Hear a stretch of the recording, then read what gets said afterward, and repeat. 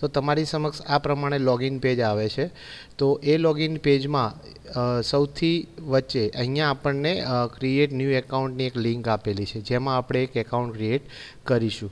અને બીજી લિંક છે ગાઈડલાઇન ટુ જનરેટ ફોર્મેટિવ। જો તમારે step by step total procedure જાણવી હોય તો અહીંયા આ લિંક ઉપર ક્લિક કરશો એટલે તમારી સમક્ષ એક પીડીએફ જનરેટ થશે, જેના અંદર દરેકે દરેક સ્ટેપ કેવી રીતે ફોર્મેટિવ જનરેટ કરવું જે આ વિડીયોમાં તમે સમજવાના છો એની આખી ગાઈડલાઇન મૂકેલી જ છે। તો એ મુજબ તમે જનરેટ કરશો તો તમે સરળતાથી તમારા રેકોર્ડ બનાવી શકશો। સૌપ્રથમ આપણે ક્રિએટ ન્યૂ એકાઉન્ટ ઉપર ક્લિક કરીશું। ત્યારબાદ તમારી સામે રજિસ્ટ્રેશન પેજ આવશે। રજિસ્ટ્રેશન પેજમાં તમે તમારો મોબાઈલ નંબર નાખી શકો છો। જેમ કે અહીંયા રજિસ્ટ્રેશનમાં તમે મોબાઈલ નંબર જ આપજો, બીજો કોઈ નંબર નાખતા નહીં। એનું કારણ છે કે ભવિષ્યમાં મારે તમારો સંપર્ક કરવો હોય તો તમારે મારો તો એ નંબરના આધારે કોન્ટેક્ટ થઈ શકે। ઉદાહરણ તરીકે હું અહીંયા આપું છું। ત્યારબાદ name of SI. Name of એસઆઈમાં તમે ઇન્સ્ટ્રક્ટરનું નામ આ રીતે ઇનિશિયલ જેમ મેં દર્શાવ્યું છે એ રીતે આપવું જોઈએ, જેથી કરીને રેકોર્ડના અંદર આખું નામ ન છપાતા સિમ્પલ આટલું ઇનિશિયલ સાથે આવે। જેમ કે હું અહીંયા એક નામ આપું છું। અહીંયા ગમે તે નામ નાખશો તો એનાથી તકલીફ એ છે કે તમે રેકોર્ડમાં પણ એ જ નામ છપાઈને આવશે, પછી એ ચેન્જ નહીં થાય, એટલે નામ પ્રોપર આપજો। ત્યારબાદ તમારી આઈટીઆઈ। ઉદાહરણ તરીકે હું અહીંયા કોઈ પણ એક આઈટીઆઈ આપી દઉં છું। જેમ કે હું અહીંયા આપું છું બારડોલી।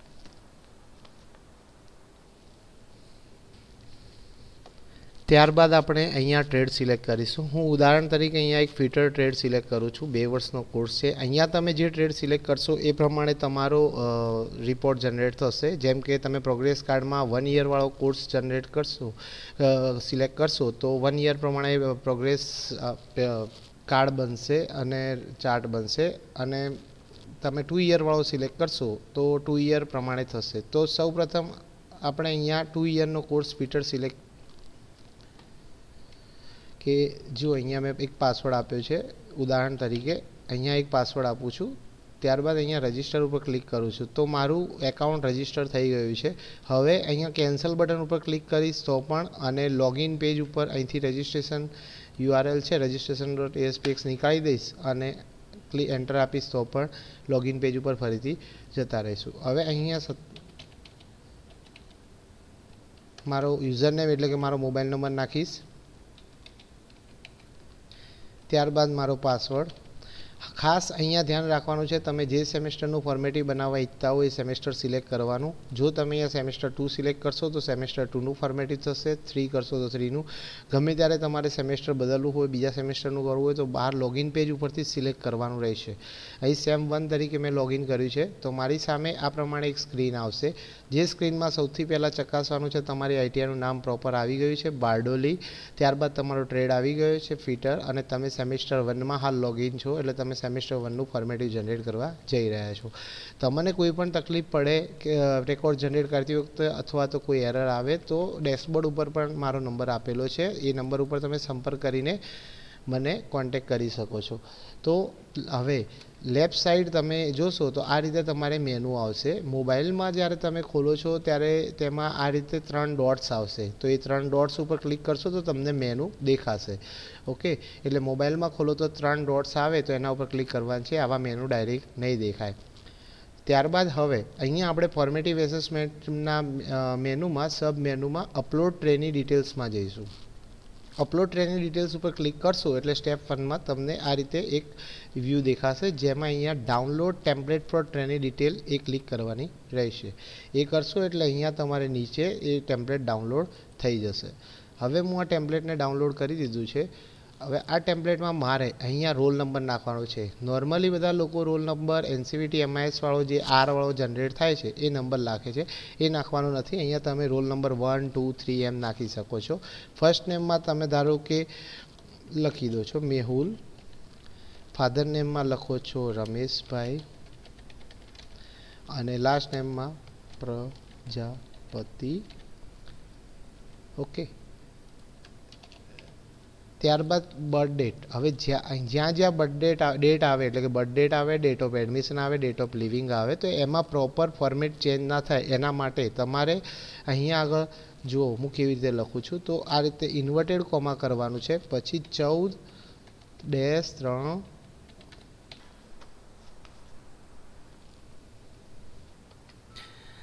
એટલે કે તમે આ રીતે ડેટ ઓફ બર્થ નાખીશું. ત્યારબાદ ક્વોલિફિકેશનમાં જેમ કે 10th પાસ કે એસએસસી જે લખવું એ લખી શકો છો. ફરીથી ડેટ ઓફ એડમિશનમાં ફરીથી આપણે અહીંયા ઇન્વર્ટેડ કોમા કરીશું, સિંગલ ઇન્વર્ટેડ કોમા 01/08/2020 નાખું છું ઉદાહરણ તરીકે.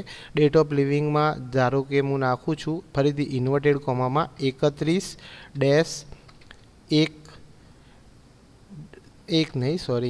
7 નાખીશું -2022 રાખીશું. ત્યારબાદ અહીંયા આપણી પાસે ES વર્કશોપ કેલ્ક્યુલેશન ED એ 3 ના માર્ક્સ નાખવાના છે, જે નોર્મલી 10/10/10માંથી હોય. જો નોન એન્જિનિયરિંગ ટ્રેડ હોય તો તમારે વર્કશોપને ED ના આવે તો તમારે ESમાં 30માંથી નાખવાના. એટલે ઇન શોર્ટ આ ત્રણેય કોલમોના અંદર જે વેલ્યુ આવે એનો સરવાળો 30 થવો જોઈએ. એટલે કે ધારો કે તમે અહીંયા આગળ ધારો કે ફિટર છે આ રહ્યું, તો ફિટરમાં ધારો કે તમારે 3 સબ્જેક્ટ આવે છે તો 10માંથી નાખવાના, તો 8, 8, 7. ધારો કે તમારે એવું થાય કે તમારે કોમ્પ્યુટરનો ટ્રેડ છે તો તમારે અહીંયા 30માંથી નાખવાના થાય, તો 30માંથી ધારો કે 27 નાખું, બાકીના 0 નાખી દેવાના થાય. અને કોઈ બીજું તમારે જે પ્રમાણે કે ES ના આવે ને વર્કશોપ ED આવે તો 15માંથી નાખવાના થાય, એટલે કે 14, 13, 12 અને અહીંયા 0 રાખવાના થાય. એટલે ઇનશોર્ટ અહીંયા ફિટર છે તો હું પહેલાં સેમમાં તો ફિટરમાં બધા જ આવશે, એટલે 8, 7, 8 કરું છું. અને હવે અહીંયા જે ટોટલ કોલમ છે એ તમારું H1 કે H2 કે H3 કે H4 એટલે કે H1 H2 જ થયા. તો ધારો કે તમે H1 H2માં 82 માર્ક્સ મૂક્યા હોય તો આ બધી કોલમોનો સરવાળો 82 થવો જોઈએ, બરાબર છે. એટલે કે આમાં હું કેટલા મૂકીશ જેથી કરીને આ 82 થશે, તો ઇઝ ઇક્વલ ટુ આ માઇનસ આ માઇનસ આ માઇનસ આ. ઓકે, એટલે કે 59 મૂકીશ તો આ ત્રણેયનો સરવાળો 82 થઈ જશે. એટલે કે અહીંયા હું 59 કરી દઉં છું, સિમ્પલ. ત્યારબાદ વર્કિંગ ડે, એટલે કે તમારા સેમ 1માં ધારો કે વર્કિંગ ડે 120 છે તો 120 અને એમાંથી છોકરો હાજર રહ્યો છે 111 તો 111. આ એક તમારી ફાઇલ તૈયાર થઈ ગઈ. હવે આને હું સેવ કરીશ. આ ફાઇલને બીજું કશું કરવાનું નહીં, સેવ કરી દેવાનું. તો ફાઇલ સેવ એઝ ડેસ્કટોપ પર સેવ કરીશ હું ધારો કે, અને અહીંયા સેમ 1. ઓકે, હવે આને હું બંધ કરી દઈશ. ત્યારબાદ હવે આપણા પોર્ટલ ઉપર જઈશું, ઇમ્પોર્ટમાં જઈશું, બ્રાઉઝમાં જઈશું. ડેસ્કટોપ ઉપર મેં જે એની ટેમ્પલેટ કરીને સેવ કરી છે સેમ 1 એ સિલેક્ટ કરીશ અને પછી અપલોડ કરી દઈશ. જે તમે તાલીમાર્થીની વિગતો ભરી અહીંયા સક્સેસફુલી આવી ગઈ એ જોઈ લેવાની રહેશે. એટલે કે તમે 20 છોકરાઓ તો 20 છોકરાની એક્સેલ કમ્પ્લીટ તૈયાર કરીને પછી અપલોડ કરવાની રહેશે. ત્યારબાદ આને ક્લોઝ કરી દેવાની. પછી આવશે upload allow and practical detail. તો અપલોડ એલો પ્રેક્ટિકલમાં સેમ પ્રોસિજર છે, તમારે અહીંથી ડાઉનલોડ કરવાની ટેમ્પલેટ. હવે એ ટેમ્પલેટને ઓપન કરવાની.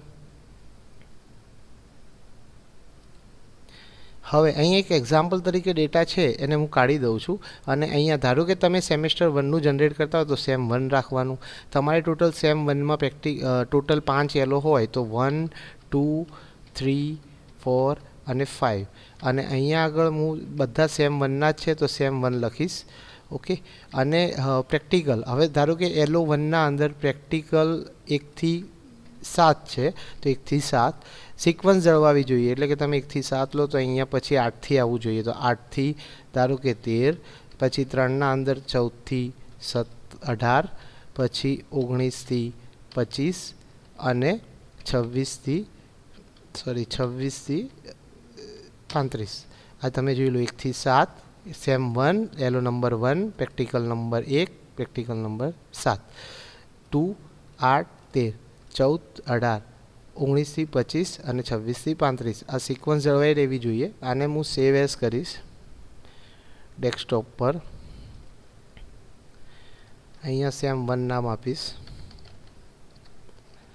આમાં તમે સેમ 2 હોય તો અહીંયા સેમ 2 સિલેક્ટ લખશો અને અહીંયા પ્રેક્ટિકલ ધારો કે તમારે 6થી ચાલુ થાય છે તો અહીં 6 લખશો. પ્રેક્ટિકલ નંબર અહીંયા તમારે 36થી ચાલુ થાય તો 36 અને અહીંયા જે આવે 45, 50 જે કરવું હોય એ પ્રમાણે સેમ 2ની ફાઇલ કરીને અપલોડ કરવાની. હવે હું આને બંધ કરી દઈશ. ત્યારબાદ અહીંયા ઇમ્પોર્ટમાં જઈ બ્રાઉઝમાં જઈ ડેસ્કટોપ પર એલોની ટેમ્પલેટ જે છે એ અપલોડ કરીશ. ટેમ્પલેટ ફોર એલો સેમ 1 અને અપલોડ. તમે જે કર્યું એક એલો 1 પ્રેક્ટિકલ 1થી 7, 8થી 13, 14થી 18, 19થી 25, 26થી 35. તમારે કોઈ ભૂલ થાય તો ફરીથી અપલોડ કરવા માટે ઇમ્પોર્ટમાં જઈને ફરીથી સુધારેલી ફાઇલ અપલોડ કરવાની, તો જૂનો ડેટા જતો રહેશે અને નવો ડેટા આવી જશે.